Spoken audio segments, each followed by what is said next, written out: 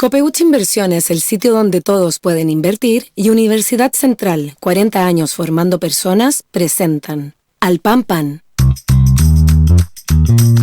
En el Mostrador Radio, debate y conversación para comenzar la mañana. Al Pan Pan, con Linda Schindler. Entrevistas políticas con los actores de hoy.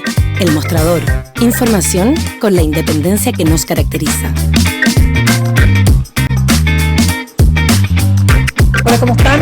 Muy buenos días. Comenzamos nuestro programa Al Pan Pan aquí en el Mostrador.cl en este viernes 9 de junio. Un poquito de agüita ha caído acá, por lo menos en Santiago.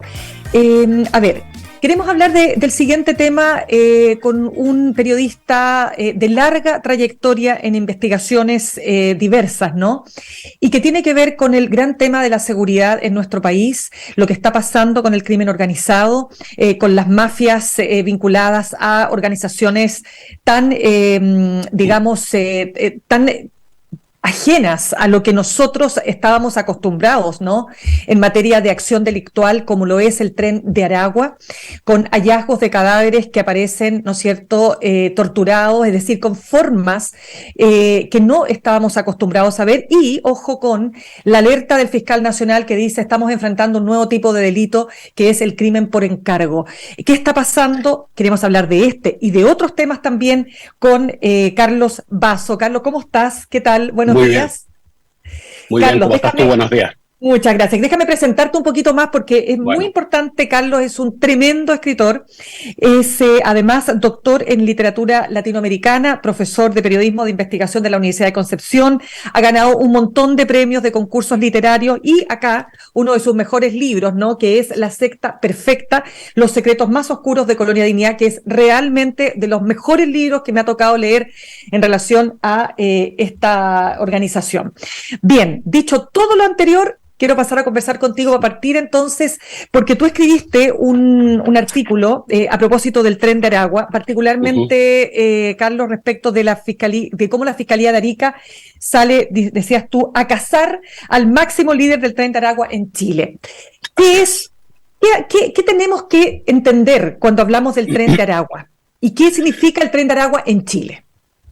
Fíjate que este es un fenómeno que todavía estamos entendiendo. Hay muchos detalles que aún desconocemos, pero pasados ya unos 2 años más o menos de investigaciones, desde que comienzan distintas investigaciones en este tema, tenemos hoy día una idea más o menos básica todavía, como te digo, diría yo, de qué cosa es. Muchas veces muchos pensábamos, y yo pienso que no me equivoco en esto, muchos pensábamos cuando empezó este fenómeno que estábamos viendo una especie de banda muy básica, muy pedestre, digamos, una banda de gente muy de un bajo nivel. Y efectivamente muchos de quienes componen esta banda son gente con escasa educación, son gente que tiene antecedentes, que ha estado internada en distintos presidios en distintos países. No obstante, hoy día entendemos que es una entidad bastante más sofisticada, ¿verdad? Hoy día tenemos antecedentes, por ejemplo, que nos indican que ellos tienen distintos mecanismos de lavado de activos, ¿verdad? Tenemos mecanismos de lavado de activos que son efectivamente muy domésticos, ¿no?, como la compra de motos, el envío de divisas a través de casas de cambio y cosas de este tipo. Pero también ellos hacen lavado de activos a través de la compra de criptomonedas, por ejemplo, que no es sencillo y que significa también un mecanismo que hoy día se usa en distintas mafias, en distintas partes de este planeta, ¿no? Han ocupado la criptomoneda como un sistema de lavado de activos que es muy eficiente porque es muy difícil el establecimiento de su destino. Entonces, desde ese punto de vista, hoy día entendemos que esta entidad criminal que conocemos como Tren de Aragua es una entidad, como te digo, mucho más sofisticada y que tiene además una serie de divisiones y subdivisiones en su seno, ¿verdad? Hoy día en este país tenemos 5 o 6 facciones distintas del Tren de Aragua que están actuando y que además tienen enfrentamientos entre ellas. De hecho, la mayor cantidad de acciones violentas que hemos visto, sobre todo las que se han notado mucho, son aquellas que han sucedido en Santiago Centro, en Estación Central, en Independencia, etcétera. Esas acciones que son básicamente tiroteos, ¿no?, emboscadas. ¿Te acuerdas tú hace poco en Batuco, un enfrentamiento, se había dicho inicialmente que esto había sido en un baby shower. Exactamente, totalmente. Pero la verdad es que había una fiesta ahí, ¿no? Entonces, Sí, ¿y qué cuando pasó? van saliendo algunas personas que son del Tren de Aragua de una facción y son emboscadas en el camino por sujetos de una segunda facción, ¿verdad? Y como consecuencia de eso se produce un tiroteo entre ambos grupos, ¿no? Y fallecen 5 de ellos. 3 de una facción y 2 de una facción. Entonces, estos tiroteos, ¿no es cierto?, que son tan masivos, tan agresivos, que se producen. Exacto. Claro, eso se produjo en Batuco, ¿no? Pero hemos visto muchos casos de este tipo, como te digo, en Santiago Centro, en ¿Carlos? Temuco, un caso parecido, y eso es enfrentamiento de facciones, dime. Ya, es que eso quiero entender. O sea, el Tren de Aragua, cuando tú dices se enfrentan entre, ¿cómo? ¿Se enfrentan entre sí? O sea, no es un cartel, por decir, como pasa en el narcotráfico, el cartel de Sinaloa versus el cartel de Jalisco. No sé, acá no, acá son facciones dentro del mismo, la misma organización criminal. Dentro del mismo grupo. Es que entendamos una cosa, es que yo sé que no es sencillo entender esto. A ver, es una organización que nace en un presidio, ¿ya? Y funciona bajo la lógica de un presidio. Entonces, para determinadas cosas actúan todos juntos, pero en distintas situaciones ellos se enfrentan. Mira, te explico. Nosotros tenemos acá en el país lo que se llama Tren de Aragua original, digamos, ¿cierto? Que son los primeros que llegan, llegan hacia inicios de 2018. Llega uno de los máximos jefes del Tren de Aragua, de hecho se estableció en Santiago, llegó con su identidad, ya estuvo casi 2 años y medio, más de 2 años y medio viviendo en Santiago sin ningún inconveniente, inició actividades, tuvo un café en Santiago, ¿ya? Pero espérame, entró de manera regular entonces. Sin ningún inconveniente. Mira, ya. Evidentemente se trata de gente, ¿no es cierto?, cuyos antecedentes tampoco son compartidos por las autoridades de Venezuela, ¿ya? Yo he sabido casos, ¿no es cierto?, donde incluso ha habido peticiones de información desde el país hacia Venezuela y en algunas oportunidades han pedido hasta el cobro de coimas para entregar información, ¿ya? O sea, entonces, perdón, tú dices que las autoridades de Chile, pidiéndole a las autoridades en Venezuela antecedentes respecto de determinados individuos, ¿son coimeados para que puedan entregar esa información? No se produce la coima. Lo que pasa es que en el caso venezolano, en el país mismo, ¿no es cierto?, no te puedo decir exactamente quién es, por secreto de fuente, ¿no? Pero ha habido, ¿no es cierto?, personal chileno que ha pedido información, ¿no es cierto? Y lo que les han dicho es, ok, pero eso cuesta, estamos hablando de cobros básicos, $200 o cosas así. Entonces, no hay una disposición, ni tampoco hay una cultura de cooperación, ¿ya? Más allá de lo que se diga diplomáticamente. Entonces, la verdad es que muchas de estas personas, y esto lo han dicho periodistas venezolanos también, ¿no es cierto?, es muy fácil que tú le pagues a algún funcionario estatal en Venezuela para que eliminen tus antecedentes, por ejemplo, de los sistemas informáticos. Entonces, desde ese punto de vista, tienes ese fenómeno y tienes un segundo fenómeno, que es el fenómeno que se masifica en la época de pandemia, que es este ingreso ilegal a través de 2 zonas fronterizas fundamentales. Uno es el paso Pisiga-Colchane, que es manejado, ¿no es cierto?, por este Tren de Aragua original, si quieres que lo llamemos así, y el paso entre Tacna y Arica, que maneja una facción, que es los gallegos, ¿ya? O sea, estos dos grupos son los fundamentales, y estos grupos son los que manejan esa zona, y ellos manejan el ingreso de migrantes desde estos 2 países. Claro, te quería solamente agregar un punto de la información de los últimos momentos, que dice que la Fiscalía de Tarapacá dice que habría 350 personas ligadas al Tren de Aragua operando en el país. Y ahí quiero entrar también al punto que te preguntaba al comienzo, o que planteaba de alguna forma, ¿no? En términos de primero, ¿cuál es el modus operandi que tiene esta organización criminal? ¿Cuál es su principal objetivo? Porque a veces nosotros pensamos que es el tráfico de drogas o el narcotráfico, y entiendo que no es ese su principal modelo de negocios. Entonces, ¿cuál es el principal modelo de negocios para partir conversando? Y segundo, la forma en que opera. Sí, bueno, qué bueno que mencionaste eso del modelo de negocios, porque efectivamente esto es una empresa, ¿no? Es una empresa que tiene un CEO que está en un penal en Tocorón, ¿no? Y que efectivamente, y esto quizás ayuda a entender un poco lo que mencionábamos antes, estas facciones son como franquicias, ¿no? Cada facción, ¿no es cierto?, tiene su propio jefe, que es lo que pasa con este jefe que mencionamos hace unos días, que está en Tacna, ¿no?, que es el jefe de los gallegos, Y ellos operan bajo esta franquicia, bajo este paraguas gigantesco que se llama Tren de Aragua. Ahora, este negocio que se llama Tren de Aragua, básicamente se dedica a la trata de personas, ¿ya? Con dos focos. Entonces, ese es el negocio que ellos se dieron cuenta, porque si tú te fijas, el Tren de Aragua está en aquellos países donde se ha producido una migración venezolana de magnitudes. Entonces, ellos van siguiendo esa migración y hacen dos negocios fundamentales con ellos. Uno, o tres negocios más bien, ¿eh?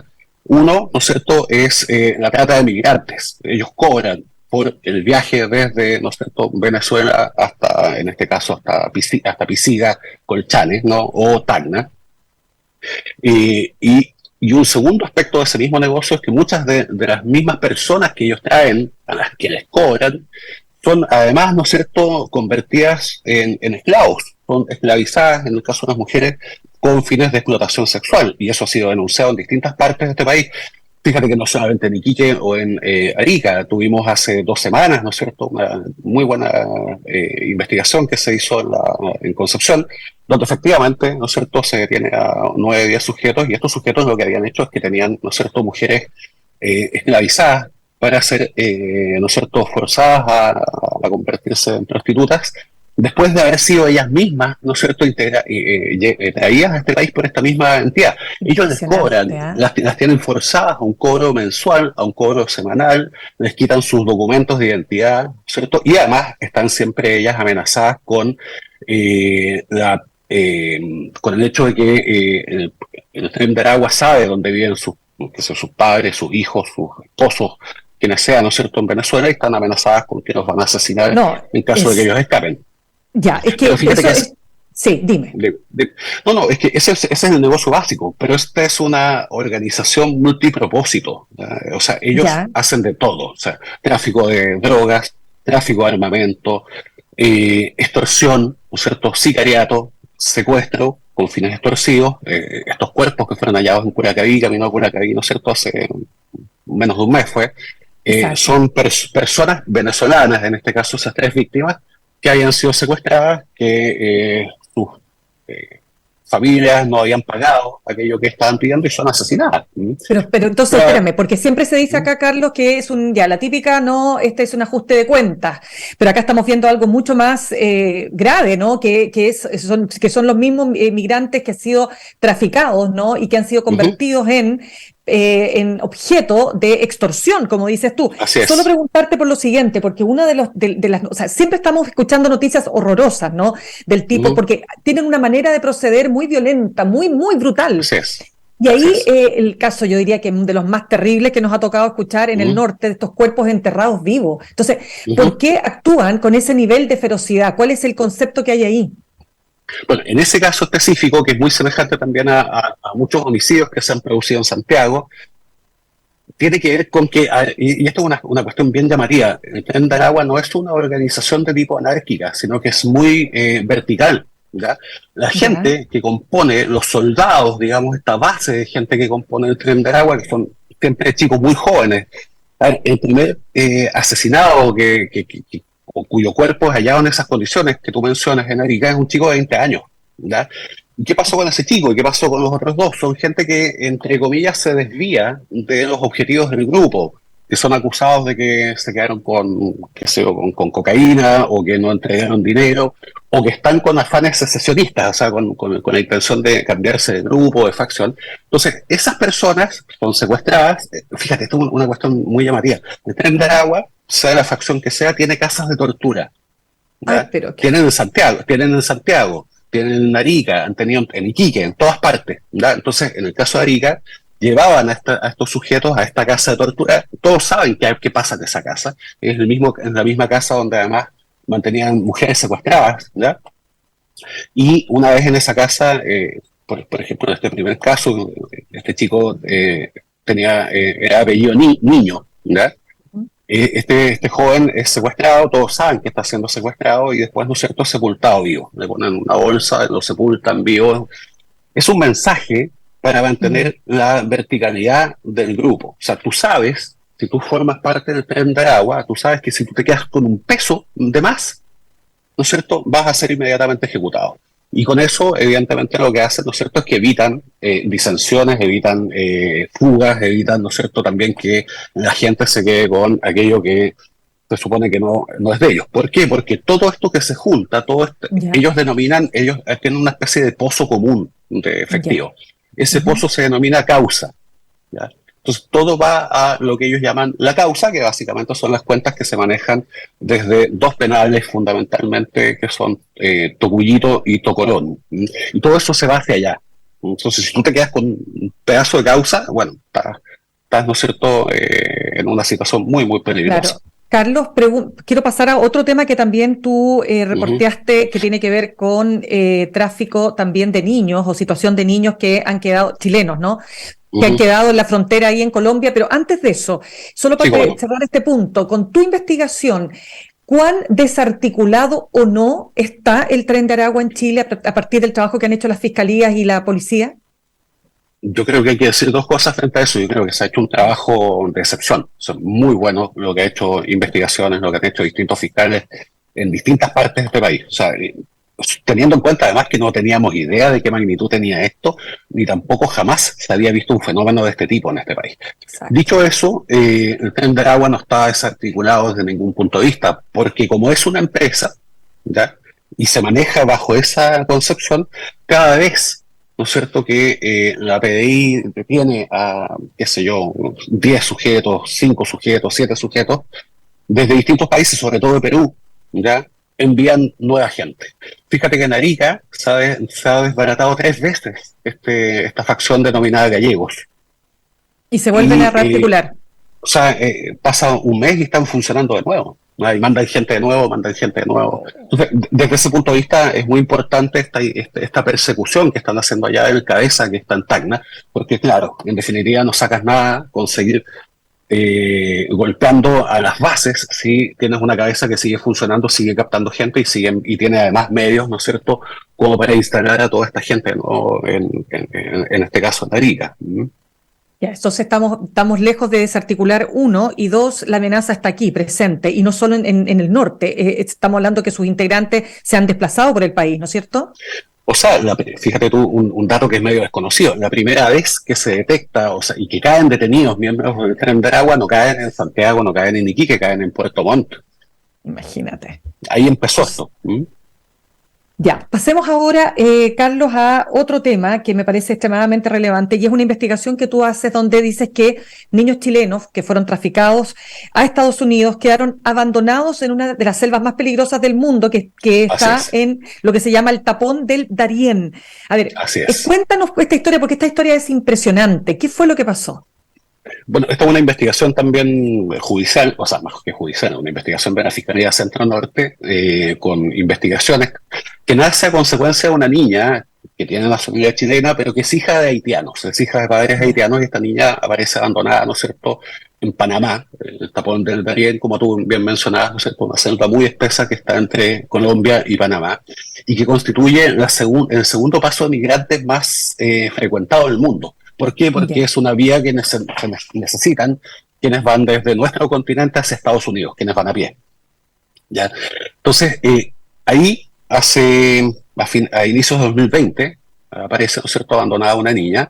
Se da aviso a lo que antiguamente fue Sename, que hoy día es Servicio Mejor Niñez, y ellos hacen una denuncia. Y se comienza a investigar. Comienza la Brigada de Trata de Personas de Investigaciones de Santiago, comienza a hacer una investigación y se dan cuenta que detrás de esto hay una organización también mafiosa, ¿verdad?, en este caso de ciudadanos haitianos fundamentalmente. Hay un cabecilla que está detenido en este momento, que se llama Maxime Faustín, que es un haitiano que vivía en Estación Central, y él encabezaba esta organización que hacía más o menos lo mismo que mencionábamos antes, ¿no es cierto?, traía gente desde distintas partes de América Latina, fundamentalmente desde Venezuela, pero también sacaban personas de este país con destino a Estados Unidos, y sabemos hasta hoy día, según las estadísticas que tiene la Fiscalía, de 270, 280 casos de haitianos que son traficados desde Santiago, fundamentalmente son llevados de Santiago hasta Arica,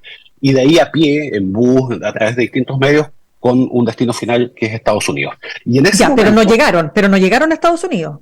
No sabemos exactamente, se sabe de 280 ciudadanos que son haitianos y sus hijos, muchos de estos hijos nacidos en Santiago, y eso los convierte entonces en ciudadanos chilenos, que de esos 280 hay 82 identificados, por lo tanto hay 190 y tantos que no han sido identificados, que no sabemos qué destino tienen, ¿ya? Pero sí sabemos que de estos casos, en muchos de estos casos son padres que van con sus hijos pequeños, estamos hablando de desde guaguitas hasta niños de 6 años. Ese es el promedio de edad, más o menos.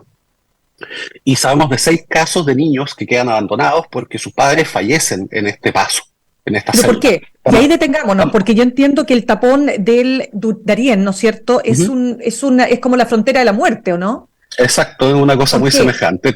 ¿Por qué? Tienes desde, ¿no es cierto?, caimanes y boas, ¿ya?, hasta, ¿no es cierto?, grupos paramilitares, tienes grupos de asaltantes, tienes enfermedades de todo tipo, ¿no es cierto?, que afectan a quienes pasan por esta zona. Tienes una topografía escarpadísima. Fíjate que yo, cuando empecé a trabajar este tema, tuve acceso, y es un acceso público. Si tú te metes a TikTok, por ejemplo, y pones Tapón del Darién, vas a ver un montón de videos que graban la gente que va pasando por ahí. Y es una cuestión impresionante. O sea, en los videos se ven hasta cadáveres, hay gente que ha quedado fallecida en el camino, ¿no es cierto? Y no sabemos, como te digo, los detalles exactos en que han fallecido estos padres o sus causas exactas de fallecimiento, pero sí sabemos de estos niños que quedan abandonados. Niños que son hallados, comienza con este caso en Panamá, pero también hay niños que son hallados en Colombia, niños que son hallados después que evidentemente siguen, ¿no es cierto?, con otros haitianos que siguen su camino y son hallados en México, son hallados en Guatemala.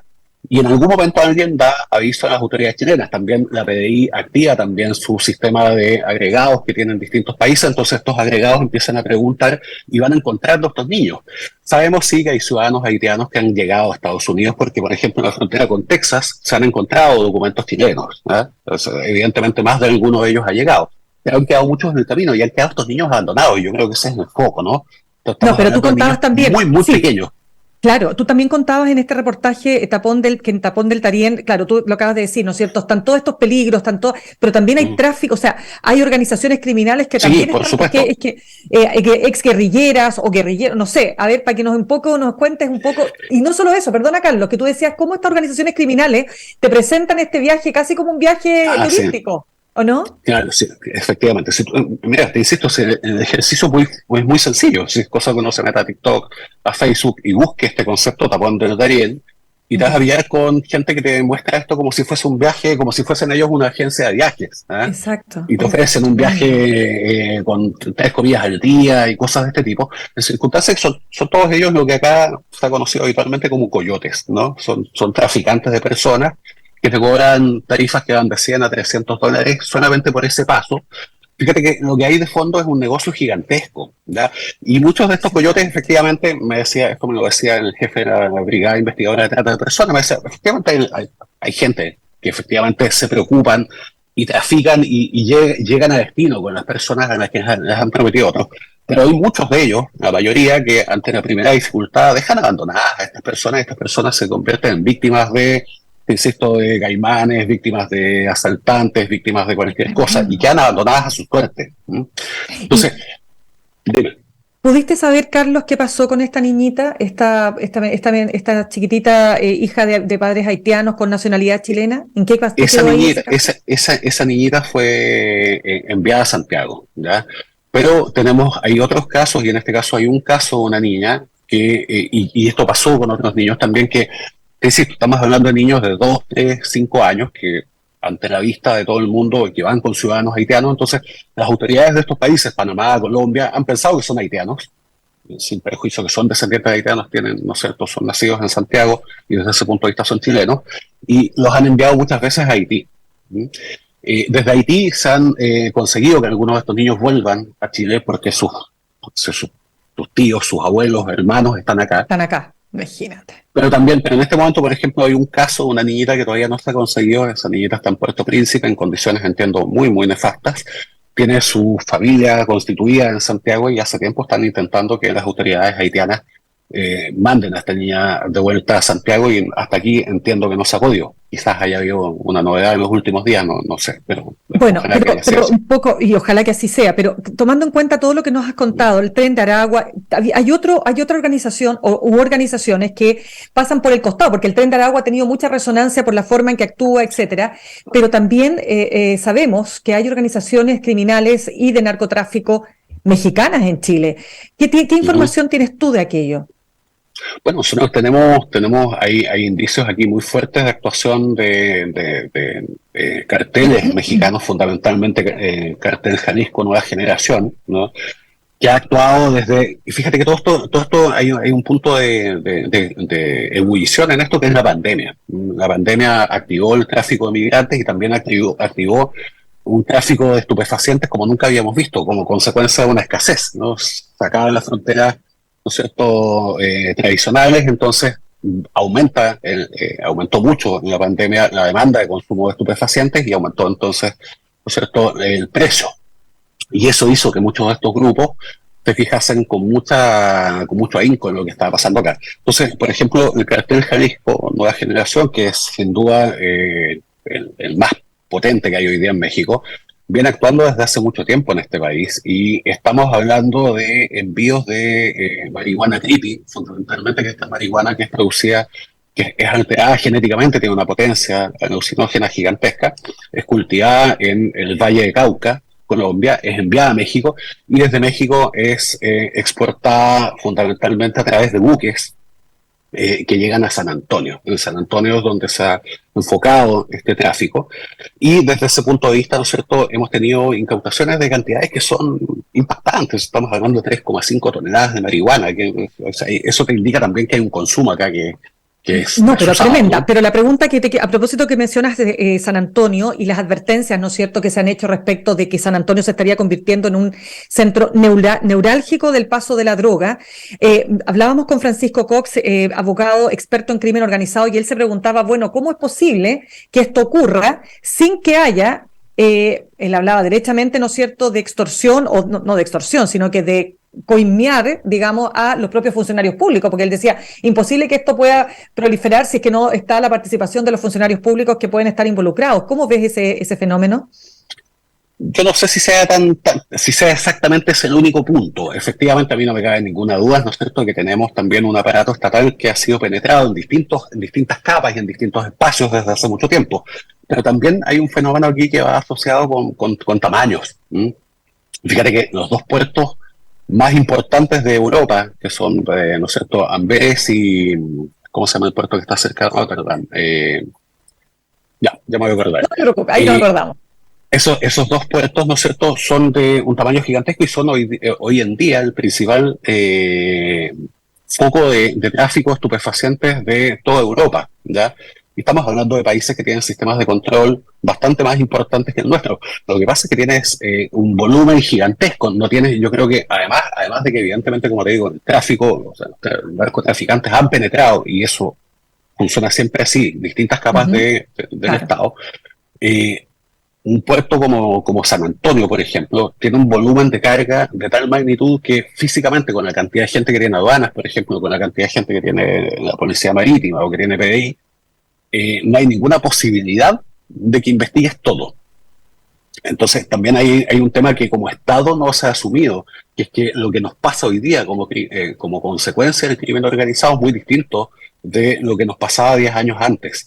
Desde ese punto de vista, por ejemplo, lo mismo que nos pasa con las cárceles. La gendarmería no da abasto. Y no dan abasto. Estamos ahí con una sobrepoblación. Exacto. Carlos, exacto. Mira, Carlos, lamentablemente se nos acaba el tiempo, pero mira, tenemos tanto más que seguir conversando. Te doy las gracias. Qué bueno que estás integrado también al equipo de investigación del Mostrador. Y por supuesto que vamos a estar, insisto, comentando y conversando en otra oportunidad. Gracias por toda la información que nos has compartido. Que estés muy bien, un gusto. Cuídate. Que estés muy bien también. Saludamos a esta hora a nuestros auspiciadores. Copeuch Inversiones te ayuda a cumplir tus metas desde 1.500 pesos y con una comisión que se acomoda a tu bolsillo. 100% digital, fácil de usar, te acompaña y con el completo control de tus fondos. Copeuch.cl, el sitio donde todos pueden invertir. Y Universidad Central, 40 años formando personas. Ven a vivir la experiencia USEN para los que buscan avanzar. Posgrados USEN, acreditada y adscrita, gratuidad. Conoce más en posgradosusen.cl. Vamos a estar conversando al regreso de este pequeño corte con el expresidente de la Corte Suprema, Milton Huica. En instantes, una nueva entrevista en Al Pan Pan con Mirna Schindler por El Mostrador Radio.